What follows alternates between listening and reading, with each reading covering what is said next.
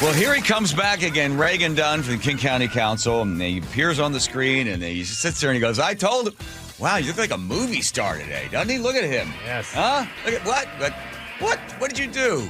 What's the lighting? What's going on? I'll tell you what I did, John. I was right, and I feel real good when I'm right. You know what I mean? That's why I've never seen you look like this before.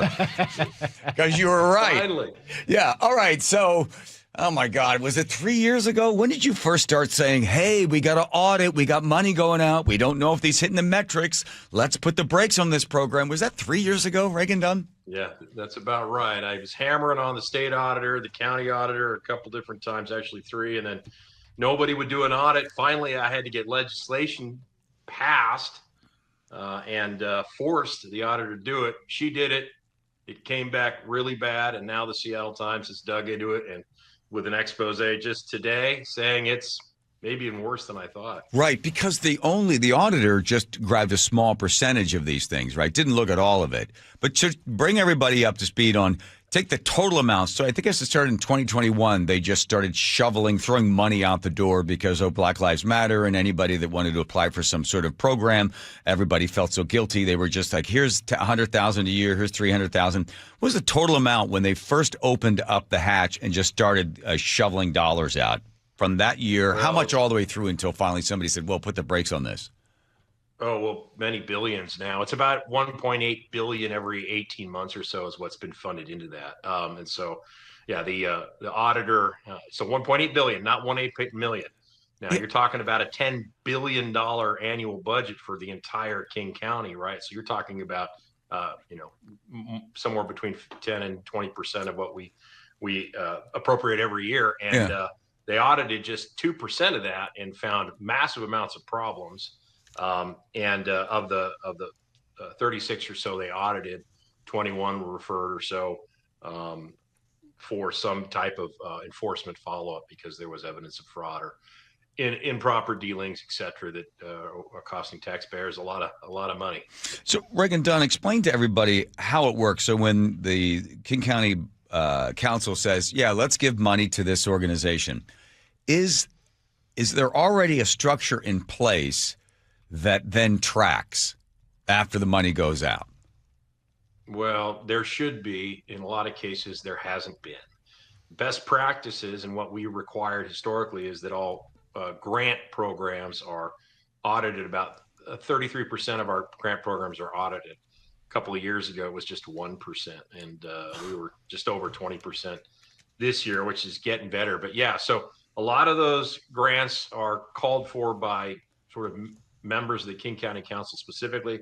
A lot more of them are sort of earmarked by the executive branch. It's selected by grant managers in various different categories at the government. They're sent out, they're funded. And the problem here is that there was very little follow-up. There was almost no oversight, a lot of evidence of fraud and abuse. We have, people hiring family members on significant salary jobs. We have somebody in, I think I saw Vietnam. Cambodia. Yeah, Joe followed up on the Cambodia story.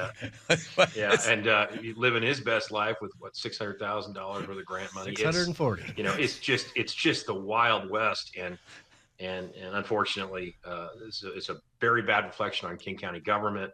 So I'm trying to straighten up the process, right the ship, and make sure that tax dollars going out the door are going to programs that work and are accountable. Okay, I'm going to give some people benefit of the doubt. Let's assume they go in there with the best intentions. All right, make the assumption.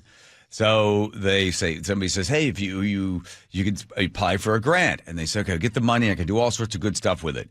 Now, King County also says you can, once we give you the money, if you'd like, we can come in and give you financial assistance to help you better manage this money, because these small little organizations have never had like $250,000 or $400,000 land in their lap. And they can then have somebody from King County go, okay, now here are your assets. These are your liabilities. This is possibly something you want to look into. You want to probably get somebody to manage this and that. And very few of these nonprofits that were receiving the money, I think 10% or something, actually took the assistance from King County to help them manage the money. Now, whether they didn't really want to be managed or they didn't see the value of it. But this one particular individual, Jerry Hill, signed a 3-year, $470,000 agreement with the county to provide young adults of color job training opportunities. In 2022, contract promised regular workshops on various trades like forklift operating, real estate, trucking, and waste management.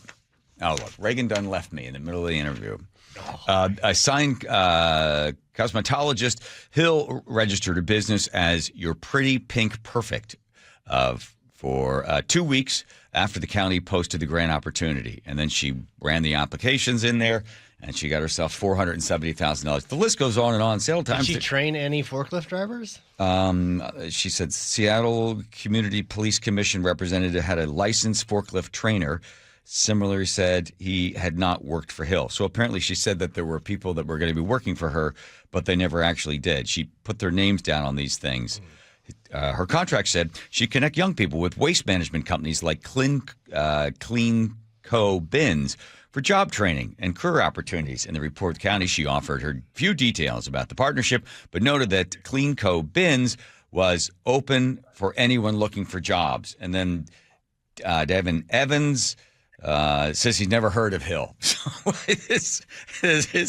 She puts down, according to the Times, she puts down like, oh, you're going to work for this company. She puts down the name of the company, but then never contacted any of these people. The list goes on and on. Yep. So, Reagan, other than the fact that you look great because you got something right, is it hard for you not to then say to the rest of the council members, I told you. Yeah, that's right. I mean, I say it differently because they have the potential to be a little bit defensive. So I say, look, this county's been caught red-handed here, not administering these grants appropriately. We're not following best practices. I think, people are in real trouble here. Why don't you join with me and we can reform the system? And so, I'll use an article like this to make progress. So just an hour or so ago, with the chair of the King County Council and also Sarah Perry and the chair of the Budget Committee, Rod Dembowski, the two people you really want to have, both Democrats, we rolled out legislation. We're going to work with Executive Zahalai, who's new, to try and reform the system. So one of the things we're going to do with this bipartisan support now is create an office of an inspector general. Most counties our size have one. We don't. We have an auditor. An auditor can issue reports, but the auditor can't dig that deep. They're spread pretty thin. An inspector general creates an enforcement and investigatory capacity with teeth, including subpoena power. I want to go down the road and find out about these bad actors. Our policy should never, ever be provide another dollar to somebody who has been found or it appears that there is a fraud. We shouldn't be giving money to those organizations. The ones that are just not handling it well, they don't know any better, they're not taking advantage of the training and technical assistance. Maybe we could train those folks up better, but it's the bad actors that I want to go after here. And I think it's time we send a message. The theory of prosecution is deterrence, that we're going to go after some of these people. And hopefully Lisa Mannion will take it seriously. Hope the feds are looking at it, and Inspector General can do that too. Yeah. I also, as long as we're talking about articles in the Times, King County Assessor John Wilson charged with violations of court order. Do you follow this at all? Yeah, I just signed a letter asking him to step aside from that position because there's going to be a lot of criminal proceedings, and I don't think he can do the county's work effectively. A number of council members joined me in that request. Yeah. It's sad. It is sad. Listen, I don't know him on his personal life aspects, but he's a serious bean counter. And he really took great pride in being very respectful of other people's money. But certainly his chance to win was seriously damaged when the stories came out. And then the King County Council, which I didn't quite understand, took a vote against him. Interesting enough, the two people that were voting against him were also running against him. That seems sort of weird. What was the vote that they did, Reagan? It was like it was a vote to impeach. It was 8-0. And I was on an airplane at that particular point in time. But it got highly political. John got himself into some trouble, in my opinion, and And he's got a chance, I think, to do the right thing here. We'll see what he actually does. At the end of the day, we can't, despite the council voting to impeach, he's an independently elected countywide person, so it'll be his decision ultimately what he decides to do. But I suspect you'll see some public pressure behind him. And, I mean, he should still be commended for the work he did on behalf of the county. Yeah. And, so that was basically a meaningless vote since they couldn't actually impeach him. It was just a way of politically putting a giant sword in his side because two of the people that were voting to quote unquote impeach him also wanted him out of the race. Yeah, very political. The optics were not good at the time. Yeah. Tough sledding out there, that's for sure. His political career was like the Hindenburg smashing into the Titanic at that point. It was not going to go anywhere. Well, how are you feeling on the council? You've got new direction, and are they loving you? Or you have an open spot? Well, I'm pleased to see Gamai Zahalai. He's taken reform seriously. He's been introducing some ideas that he's going to follow up on to make sure these grants are managed. He's working with us on the legislation I just discussed, the Inspector General. So yeah, I feel like we're going in the right direction. I mean, it was pretty bad a couple, 3 years ago. But we've got a whole lot more work to do, particularly in this area. And the folks that work for King County don't like the fact that you have also been banging the drum, and the beat goes something like, "Come back to work." Yeah. Come back in the office. And are you welcoming them as they park the car and come in to work every day now? I'm the least popular guy in the courthouse. Yes, you are, I want baby. Folks to come back. I want folks to come back to work 3 days a week, and you'd think it was, I was killing somebody. It's crazy. And they still haven't done it. No, they're fighting me a lot. And this article in the Seattle Times, for example, is an example of why we need folks working, 5 days a week. And I'm comfortable with flex work, but 3 days isn't too much to ask, I don't think. So how many people at this point, I forget, was it 20-some thousand? I forget the total amount of employees. 18,000. 18,000. About 40%. About 14% are still working, 40%, 40% are working from home still. That's not enough. I mean, I'm sorry. 1 day a week, maybe. We had the security cards for the building scanned, and there were people that hadn't come in 4 years into the office building. Isn't that crazy? Isn't that? So you can understand why I was concerned. We got to do 3 days a week. Take the deal. It's not 0 or 3, friends. It's 3 or 5. Yeah, but what kind of pressure can you put on him, Reagan Dunn? It's like, take the deal or you're gone. We're going to find somebody else. We're going to find somebody. You cannot fire people from state government. It's hard. It's hard, but we can downsize. We can stop raising taxes. We can do a lot of things. RIFs. There's a lot of things we can do. I hope we don't have to go there. Mm-hmm. Yeah. By the way, when pigs fly, look out because you don't know where they're going to crap. The chances of you guys cutting, nothing against you, Reagan Dunn, chances of the government getting smaller, boop, forget about it. And the chances of you firing anybody. I looked up the state of Washington. You know how many people were fired from the state government in last year? 140. Yeah, I've only seen 2 fired in King County, and I've been there a long time. Two.